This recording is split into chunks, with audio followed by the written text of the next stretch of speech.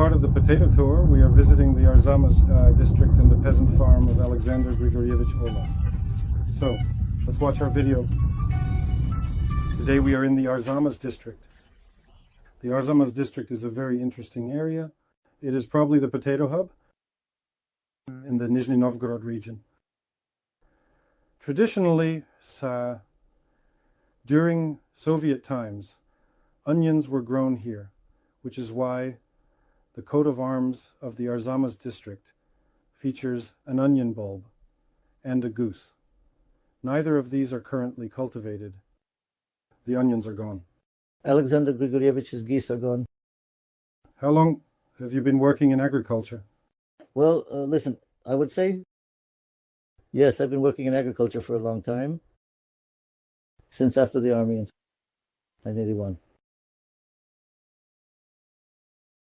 I had to work in agricultural machinery. I worked in a construction organization. I wanted to enroll in the Agricultural Institute. Back then, there was a trend. If you work in construction, then study at the Construction Institute. If you work in agriculture, then study at the Agricultural Institute. I had to study agriculture. I worked first in agricultural machinery. We were involved in technical maintenance projectors. Then suddenly you could say I moved to Leninsky because that's how it happened. Here they also provided apartments. Since then, from 95, since 85, a year is linked to the bypass of Leninsky. Is this the Rozovansky district region? Yes, it's exactly Peshelan. Then the turbulent 90s began. In 1992, we thought it over, and about 10 of us left the collective farm and wanted to become farmers, especially since we already had sort of an example. Nikolai Mikhailovich Volkov left then, Latkin left, Evgeny, but this Volkov was one of ours and Latkin was from a neighboring farm. So looking at them, we left. Well, like that, slowly, we became, that is, at first we had 3 hectares of land. Then we worked as a group of 6. We worked as 6 for 12 years. Then as the children grew up, it seemed cramped for some, and they started to gradually disperse. Well, now in principle, all 6 of us, some have grandchildren working, some have sons working. That's how it is. We've been farming since 1992. So you have more than 100 hectares of potatoes. Do you grow them annually? Well, yes. What has been the most difficult thing for you during this time, personally for you? Do you mean since 92? What are you? What is the most difficult thing for you personally? The hardest part was when we started doing manual labor. Digging potatoes was like a potato digger. We would go and gather behind the potato digger. Then we thought about how to make a potato digger with a conveyor discharge. We found a combine. German A686, a non-bunker version. It suited us perfectly. The only thing was that it was 3-row. Our planter was 4-row. We had to invent a way to harvest 3 rows. That is to plant so that there were no furrows. Then mechanization. In general, mechanization of labor-intensive processes was the most important. Now, I wouldn't say it's 100% mechanized. Once we install the palletizers, then it will probably be 100% mechanized. For now, I would say it's about 90% mechanized. Well, regarding mechanization and operators, I travel to enterprises from small to large ones. The main issue is that operators are aging, with operators being 45 and older, and it's a problem to find new ones. In the Arzamas District, it's the same situation. It's the same situation with tractor drivers, yes. Tractor drivers are leaving. The youth are not eager anymore. Well, sometimes they come, work a little, and then leave. It's still quite difficult to work in a rural area. But the salary seems to be quite good. Many say, well, annually it comes out to around 100,000 rubles. They do earn that much. But again, for now, probably for most, I won't say we are used to this life, yes. But some people need 2 days off a week. Some need an 8-hour workday. And how about in agriculture? In agriculture, that's impossible. But maybe some suggest working with school children, opening tractor driver classes. Well, that was a very good initiative. We used to teach that before. Yes, it was kind of cool. It's great that a person who finished school already had a specialty. So there you could earn decent money with your job. It's a shame that it was abandoned. But again, I think probably, there should be a state policy. Already supporting the development of education. In rural areas, because here there is no need for tractors. And modern tractors are needed, not the same old M80. It's not the most modern tractor anymore, although it still works and all. Well, now there are John Deere tractors and also Case New Holland tractors. Tractors are now equipped with autopilot, so it's like the person is no longer a mechanic, but more of an operator. Like an operator, yes. That is, he needs to know all of this. Like how to connect things, how to do it. Therefore, everyone needs to learn this, of course, yes. But who will teach? Again, there are no personnel, no training, no personnel, no training. I remember when I studied at the coincidence of Senkin and Novikov, we had a junior, Anatoly Strufakin, sort of a teacher for agricultural machinery. He trained us so well on the combines and did all that. When I started working on the farm, I was 17 years old, still working as an intern. And initially the attitude towards me was like, what were you taught? But then when they saw that I knew the combine well, thanks to Yuri Anatolievich, they started to come to me for help. Moreover, we studied the latest combines. We studied the SK5 Niva. I came for the internship just when the SK5 arrived at the farm, and we had already studied it. And now, perhaps that's also a challenge because there are quite a few tractor manufacturers. The principle is probably the same everywhere. The principle is probably the same everywhere, yes. Actually, here they should study some basic tractors like, they say John Deere, they're modern Kirovets, where it's no longer the same fuel system, pump injector, but already common rail and everything else, so that people know how to work. And tell me, you mentioned family businesses. Do your children work with you? Yes, Denis Alexandrovich. Now the farm is called, since January 29th, the farm is called Denis Alexandrovich. Congratulations to Semyon. You see, I ask because I visit most of the owners and their children work with them, and I even know that many have grandchildren working at their enterprises. So, Denis Alexandrovich, does he have any character trait that is not typical for you, which you would like to have as well? Well, it's difficult, of course, to say on this. He is more, let me say, meticulous when it comes to choosing equipment. That is, he won't just take, as we say, a Chinese tractor. He says, under no circumstances will we take a Chinese tractor.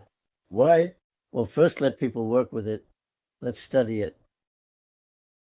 Its weak and strong points, and only then will we decide. The person trusts us more. Let's say there's a good John Deere. I'd rather take a John Deere than 2 Chinese ones. So you're one of those people who first do things and then deal with the consequences, right, Denis Alexandrovich? Well, listen, life sometimes forces you into situations where there was nothing to take. We took what was available. We took what was available. Now there is a choice. And I would be glad, of course, to take, roughly speaking. Our first tractor was an MTZ-50 at Anatoly Ivanovich Katayev's, but there were no more tractors. We worked on the MTZ-50, then the MTZ-80 appeared. Well, thank God, the MTZ-82 came along. Tell me, as I am currently studying global trends, what's happening in the world? Overall, and in fact, potato farming is developing very actively in India, China, and Egypt. Just yesterday, there was a program we did about the international potato economy, and we concluded that Russian potato farming needs to focus not on increasing the area, or the amount of potatoes produced, but specifically on working with costs, because the production costs of potatoes here are still quite high. Well, I would even say we need to work more on the quality of the product produced, because growing potatoes, well, we have learned to achieve high yields. Growing a high yield of potatoes of excellent quality, we are not all ready for that yet. We haven't learned. Here, essentially, the approach should be like this for me. Well, first of all, less is more, as they say. Therefore, as it were, first of all, I say we have been working for several years now with the Russian Agricultural Center, with the families of Klavi Mikhailovich. I trust them. That is, how is it called? The plant meristem, and I bring it to my farm at home for production. So from the test tube, my product will be like this. Well, some people say that this is not the best option. Buy from specialized enterprises, but here the honesty of people comes to the forefront. That is, as it were, I am ready to take good material at a good price, but it must be genuinely good material. Tell me, what about potato processing in the Nizhny Novgorod region? It's a sensitive issue. Why is it sensitive? Well, firstly, potato processing is good in that on one hand, you work with one, let's say, enterprise. This enterprise is fully equipped for you, and there is a stable pricing policy, more or less stable. There aren't such fluctuations like last year when potatoes were 6 rubles, and this year they are 40 rubles. There aren't any. It's more or less stable. On the other hand, they only need potatoes from irrigated fields. Unfortunately, we don't have irrigation everywhere, and you can't install it on all the areas where potatoes are grown with irrigation. Second question. Potato processing is now based on chips. Potato storage at plus 10 degrees. Again, not everyone is ready for this, because even the slightest breach of some technological discipline in the field can lead to outbreaks of diseases in potato storage facilities. And then it's all over. It's a disaster. Well, yes, processing. For example, processing into flakes. We are used to processing all non-standard and unnecessary items into flakes. It's a shame to throw it away, right? I watched the production of potato flakes in China. They process good quality raw materials. And here's the question, how competitive will Russian potato flakes be if we process them from quality raw materials? Again, perhaps in general, it's a matter of operation, which is not yet very well developed in Russia, for several farmers to come together and build a processing plant. Or it's a question for our government. A farmer cannot both grow potatoes and handle production. It would probably be very difficult indeed. In my personal opinion, if a farmer builds a processing facility, a conflict of interest immediately arises. The processor will always demand a lower price and higher quality, while the farmer will ask for a higher price for the finished product and perhaps for some leniency on quality. For a farmer, yes, the main problem is to grow a good harvest, and then to also worry about how to process and sell that harvest. Well, you probably need a very big head. Well, yes, I agree with you. There are many problems here. That's probably why not everyone wants to burden themselves with this matter. That's why growing is one thing and processing is another. And there will always be a conflict of interests. The secret to quality potatoes. Can you share? Gosh, that's quite a delicate question. First of all, the seeds. I would say the foundation of all foundations, healthy, good seeds. Secondly, all the rotations, soil treatment. A lot of factors influence it. The right choice of fungicides, the right choice. Even the timing of the harvest, cutting the tops at the right time. Sometimes we get greedy. You see the autumn days are really quite nice indeed. And the potatoes are very much filling out. In fact, as you can see, we'll wait another 10 days and the yield will be even greater. But we don't know what the weather will be like ahead, right? If we had cut it, we would need to wait 10 days there, roughly speaking. 2 weeks would be even better for the skin to toughen. And then the rains came and we didn't harvest. The next year comes, let's harvest earlier. It's dry. Done. You can grab. So there's a lot here. There can't be probably road congestion like there always is there. Well, on September 1st, I cut the tops, left on the 10th. Every year, the weather conditions bring their own kind of... Oh, I'm not in a hurry. I'm probably a lot here. Many factors that don't exist. Yes, many factors. I say again, these are good seeds.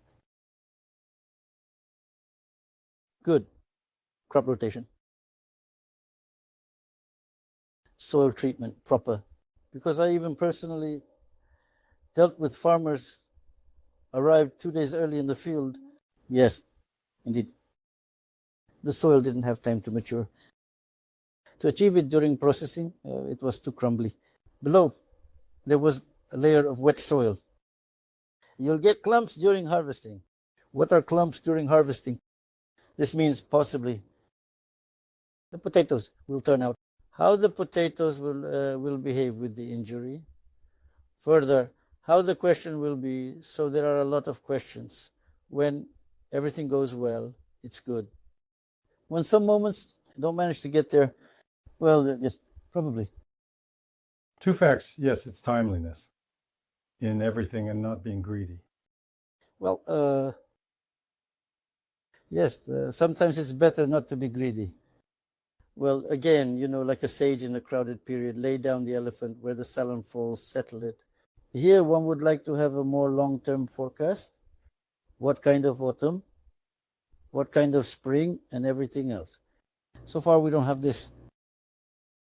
We'll hope that technologies are not standing still. Artificial intelligence and others might help us in agriculture. Let's hope. Can you show around the farm? What would you like to show? Listen, you arrived at the moment when the month was already loading. No, this year it ended very quickly. Yes. Well, okay. Better. Let there be no potatoes to sell, then to be, you'll say. You can't. There are buyers pulling, there to offer. You carpate it. Let's look at the seed potatoes. What's there? Let's go see the load. That is everything well. The lines are dismantled. We still haven't started sorting the seed potatoes yet. We'll start somewhere around the 15th of April only. Well, usually yes. Last year we applied it for the first time. Again, everything sort of not store-bought. We did everything ourselves, yes. We marinated the potatoes. Processed them on the table. Before that, we always processed them in the field during planting, on the planter. I actually liked it better, the processing on the table. Well, agronomists came here, different ones, looked and said that the potatoes looked decent. And it was super, like the coverage was 100% on the table. At the output, what the quality at the output was, I listened to the quality. This year, for the first time, I didn't suffer over the silver stopper. For some reason, it always was like this. It was such that when I first encountered silver scurf with imported seeds, and it went on for me that at the end of the season, because of the silver scurf, the potatoes didn't pass for washing. Well, at first everything was fine. Then the disease, storage people said it was better to sell there, and so on. So, in my opinion, the school only just manages to deal with silver scurf. This year, there were no such problems. Commendable. It's all about the seed storage, yes? No, it's not the seed storage. It's specifically the working seed storage we have there in the former village, the collective farm. Just right here now. The guys are doing a bit of light repair. We probably haven't been given it yet. Something got stuck here. Well, this warehouse connection, as I mentioned, we did it ourselves. We hired a construction firm. They worked on it. However, we developed a very negative relationship with them. We finished everything ourselves. We make the containers ourselves. We make custom containers ourselves, as if it's not, well, this. Again, the local guys are doing it, so it's not strict. not the practice, shows that the main thing is for the board to be planted on the inside. Less damage to the potatoes is better than during storage. Here, the warehouse has been cleared. Now there are fertilizers here. They are standing put in subtitles created by Demetors. Sohere already now. Preparation for spring is underway. A ton of fertilizers. Well, we apply much more now under the potatoes. If you count everything, both potash fertilizers and nitrogen fertilizers, it turns out to be much more per hectare. Well, the initiators of such a large application of fertilizers were Vasily Ivanovich Starikov and Sergei Sergeyevich Kabuzov. Vasily Ivanovich Starikov, he is the most senior agronomist, you could say, of the Arzamas District. You probably know him, don't you? Well, I know him personally, yes. Yes, exactly. He was working as an agronomist consultant with us in the agricultural management. He did a lot for the development of potato farming in the Arzamas District. We should take the initiative to change the coat of arms. To a potato? To a potato. Yes, of course we can. Then even goose will come. And they preserved it too. Did you make automation yourselves? Yes. We made all the automation ourselves.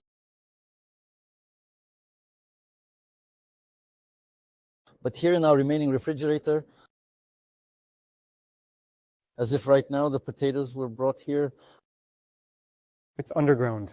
Yes, but underground. And here previously Sir Sulovich was at this enterprise. Here they used to purchase years, not even like they didn't purchase summer potatoes from the Red Forest there, or you brought summer potatoes from the farm and stored them here in these very storages. But here it was of such kind of like bins, they stood, which didn't quite suit us when we bought from the enterprise that stored them. But here everything is still a bit dirty, not cleaned after the potatoes. Just treat it with regular whitewash. Yes. Nothing is added. No. Well, we sometimes add here. Smoke bombs, we wait here to seal it then. The problem is with our access roads. But this is also our self-built structure. I've long dreamed of making it so that the equipment isn't left out in the open. Well, everything, and is coming along slowly. Well, everything's very decent. Well, decent, but it takes a very, very, very long time.